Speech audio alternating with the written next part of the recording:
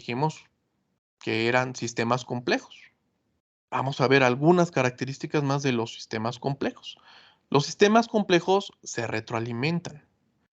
Ya habíamos dicho que los sistemas complejos no son determinísticos y que si las partes cambian, por ende también el sistema se va a transformar.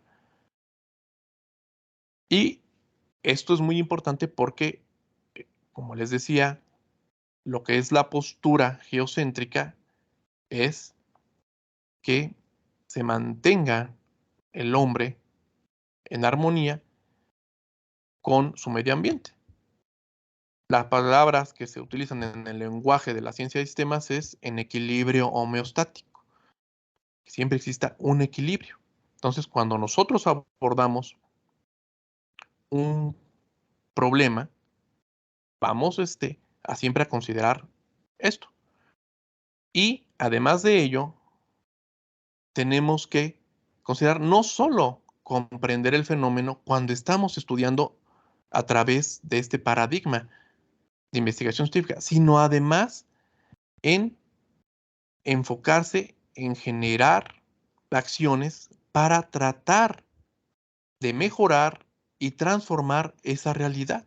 O sea, no solo es comprender el fenómeno, sino que se trate de resolver el problema que se está presentando y que se generen propuestas, que en este caso se le consideran como modelos, son sistemas, en realidad son constructos, son abstracciones de la realidad, pero que van a tratar de mejorar esa realidad actual y llevarla a un estado en donde haya una coevolución.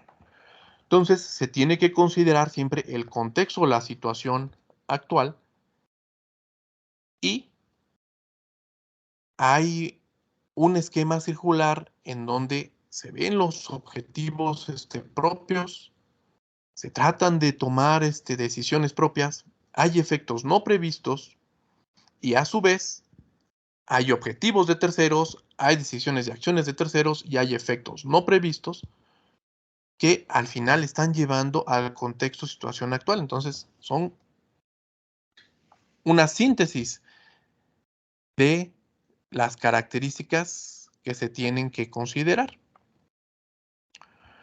Y pues bueno, parte de lo que se tiene ya de consideraciones, inclusive como herramientas de la ciencia de sistémicas formales, es la geometría fractal. Y bueno, hablábamos hace un momento de lo que es la consideración o la postura que tiene este paradigma y que pues la Tierra es un ser vivo. Bueno, pues en sí mismo la vida es un sistema complejo adaptativo. Y pues los hechos que hay de la misma casi siempre se expresan de una manera irregular y recursiva. Es decir, se expresan en fractales. Pero para interpretar estas formas está precisamente la geometría fractal que generó Benoit Mandelbrot en 1975. Un fractal es un objeto geométrico cuya estructura básica, fragmentada o irregular, se repite a diferentes escalas. Si lo queremos ver en la parte de las organizaciones, pues bueno, los principios, guías y códigos que hay de comportamiento en la práctica en una organización, pues son compartidos en diferentes niveles de la misma, aunque esos tienen diferente énfasis, es decir, tienen diferentes escalas. Aquí, si se buscan patrones que se repiten a lo largo de tiempo y en diferentes escalas, nos vamos a dar cuenta que la organización fractal es aquella que reconoce que no vivimos en un nodo lineal, se adapta a las condiciones cambiantes del ambiente y conecta e integra todos los aspectos de la organización en una entidad dinámica completa.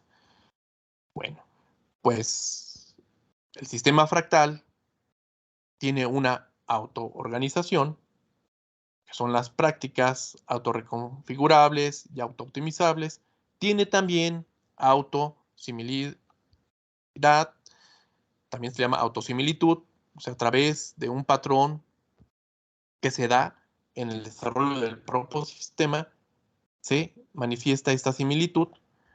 Hay orientación hacia un objetivo a través de decisiones integrales, holísticas, que están enfocadas a la función. Hay un dinamismo, hay una vitalidad, hay una coevolución y constante evaluación.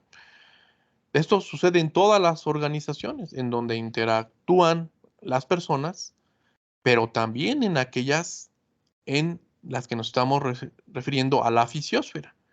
La geometría fractal ha servido para, por ejemplo, generar mejores pronósticos de los precios del petróleo, viéndolo esto como un sistema complejo. Actualmente se sigue utilizando, por ejemplo, para verificar cómo se están comportando los activos de la bolsa en función de lo que ahora se solicita mucho, lo que es la innovación y la sustentabilidad. Bueno, lo estamos viendo ya como parte de una metodología o modelo, en este caso pues formal, pero si nosotros queremos tener una idea de cómo poder llegar al tratado del método sistémico a través precisamente de sus modelos y metodologías, el general es abordar, establecer el fenómeno dentro de un marco de evidencia pura, con datos reales. Hay que despojarnos, hay que renunciar a todos los presupuestos, a todos los intereses, deseos acerca del fenómeno, a tener que dar una preexplicación, que en realidad eso sería una reducción. Es por eso que en este paradigma no se utiliza solo el análisis, porque el análisis es separar. Aquí lo que se hace es la síntesis, que es integrar, y no es que esté prohibido. Decíamos que es un paradigma que considera a los otros como complementarios. Ok, se puede generar esa separación, ese análisis para entender, pero es obligatorio después sintetizar. Lo dado no debe de ser preexplicado, para que en este caso la fenomenología sea imparcial y descriptiva.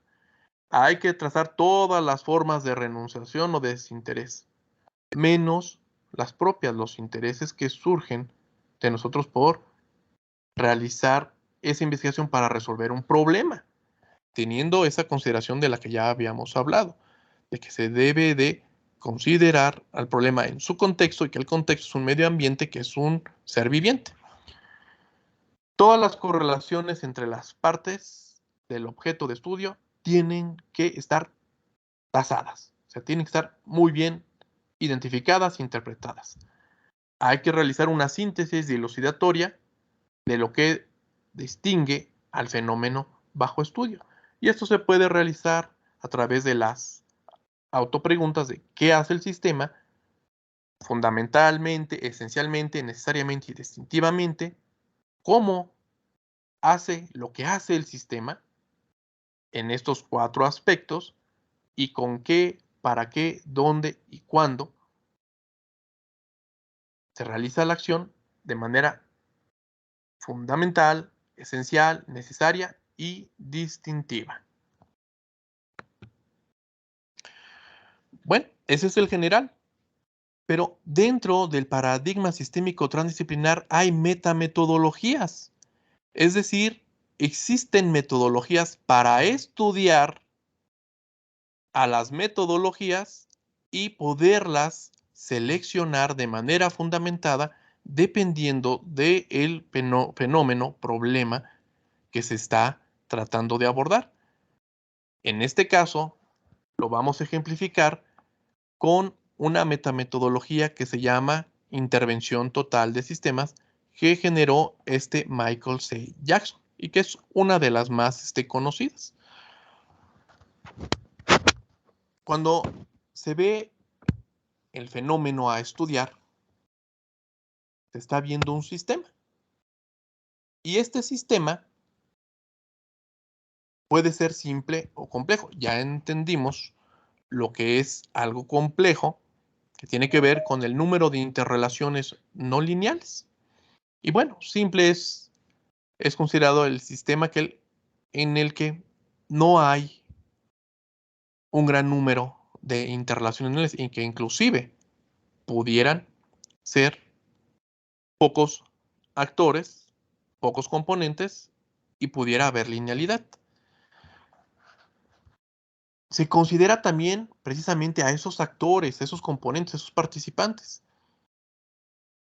y su postura, si es unitaria, si es pluralista, si es coercitiva, y dependiendo de ello, vemos aquí en la matriz en qué tipo de sistema se puede encontrar. Y esto nos va a servir para después utilizar algo que se llama sistema de metodologías de sistemas. Es una simplificación, ¿eh?